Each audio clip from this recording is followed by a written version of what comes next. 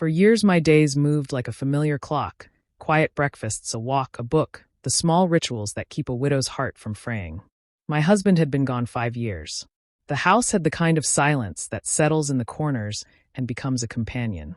So when the hot water sputtered and surrendered to cold, it felt less like a broken pipe and more like proof that even the little things were starting to slip away. I called the number from the old phone book out of habit. The voice on the line answered steady and young, but there was something in it that felt anchored. "I can be there this morning," he said. "Name's Connor." He gave his age like it was a casual fact, 25. I told myself it was irrelevant. It was plumbing. It was, in truth, the only thing I wanted, a warm shower and a functioning routine. When the bell rang, the air in the hallway changed before I opened the door. Connor stood there with a tool bag slung over his shoulder and a presence that seemed to fill the narrow space between us. He was younger than I expected, lean, confident, the kind of body that spoke of work in motion.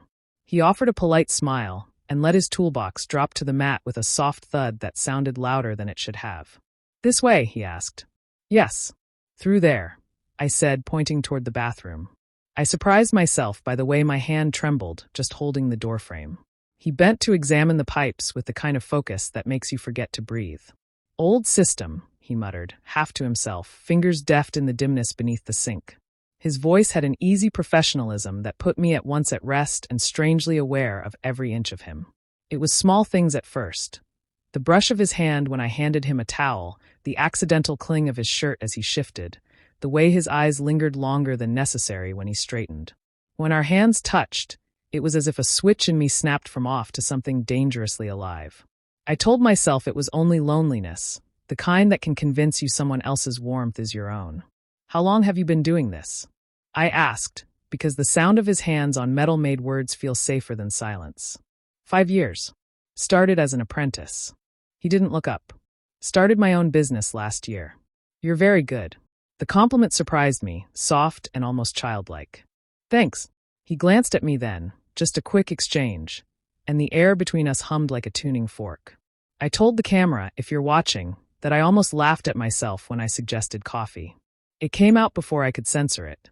"You want to grab a cup when you're done?" I said, trying for light. His jaw tightened, and for a second I thought he'd nod. "Can't today," he answered, polite and professional, and he left. I told myself it was enough. It shouldn't have meant anything more than a polite exchange between customer and contractor. But that evening, standing under a cold shower, I did something I hadn't done in years. I found his number and dialed it. "Hey, Connor. The faucet's acting up again," I said, and my voice sounded smaller than I intended. Would you come back?" There was a pause on the line I could feel through the receiver. "I'll be there in an hour," he said finally. "I'll bring spare parts." When he came the second time, I did what felt ridiculous. I dressed in something I knew would make me pay attention to myself. A simple black slip that was more about comfort than seduction, and yet when I opened the door and saw his eyes flick across me, something in me ignited, and I couldn't quite put out the flame. He brought more than parts, an extra set of hands, an easy laugh, a way of moving through my house that was unassuming but sure. We fell into a pattern of conversation and repair, his hands working on pipes, my words filling the spaces when the silence grew too wide. Each brush of skin was innocent, just a towel passed, a hand on an elbow, but the world rearranged itself around those small debts of contact. There was a line he said once that I remember like a hinge. "Helen," he said, because he knew my name now. "I'm here to fix this for you. That's my job." He said it with a gentleness that was like a hand on a lid I was tightly keeping on something inside me. Professional, respectful, boundaried. But boundaries have edges, and I found mine fraying in places I hadn't seen before. I began to anticipate his visits the way people anticipate storms. Something thrilling and a little dangerous on the horizon. I walked more carefully, laughed more easily, found excuses to share small stories about my husband, about my garden, about things that were safe to give away because they felt like proof that I still had a life worth noticing. Connor was careful too, never crude, never forward.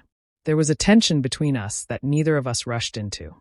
It was as much his restraint as his youth that kept everything on a delicious, trembling knife edge.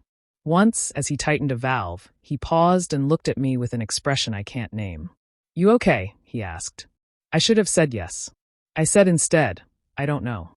Then, because I was tired of pretending, I told him a memory about my husband, how he used to whistle while he tinkered in the garage, how the house smelled like motor oil and lemon polish. Connor listened like a son might, or a friend, and the moment felt sacred. We kept our hands off more than we touched. We filled quiet evenings with tea instead of coffee. He took my number and used it responsibly. Texts about repairs, a picture of a new faucet he thought I might like, an occasional, "How are you?" on a Sunday.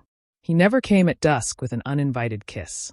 He never crossed the line he could have so easily crossed.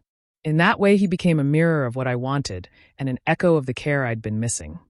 This story isn't tidy. There were days I felt guilty, absurdly guilty, like I was betraying a memory rather than choosing a new life.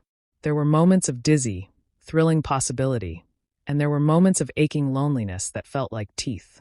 I wrestled with my conscience, with what people might say, with the idea that I could want something again and still honor the past.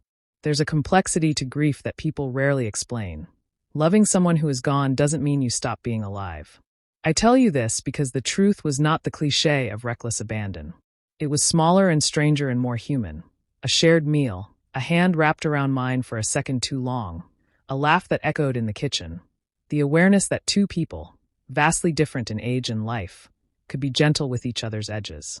If you're still with me, please subscribe and ring the bell. There's more to come, more confessions, more moments that don't fit neat boxes. For now, know this. Connor fixed my faucet, yes, but he also stirred something that had been quietly fossilized inside me. What we do with that stirring, that is the true question.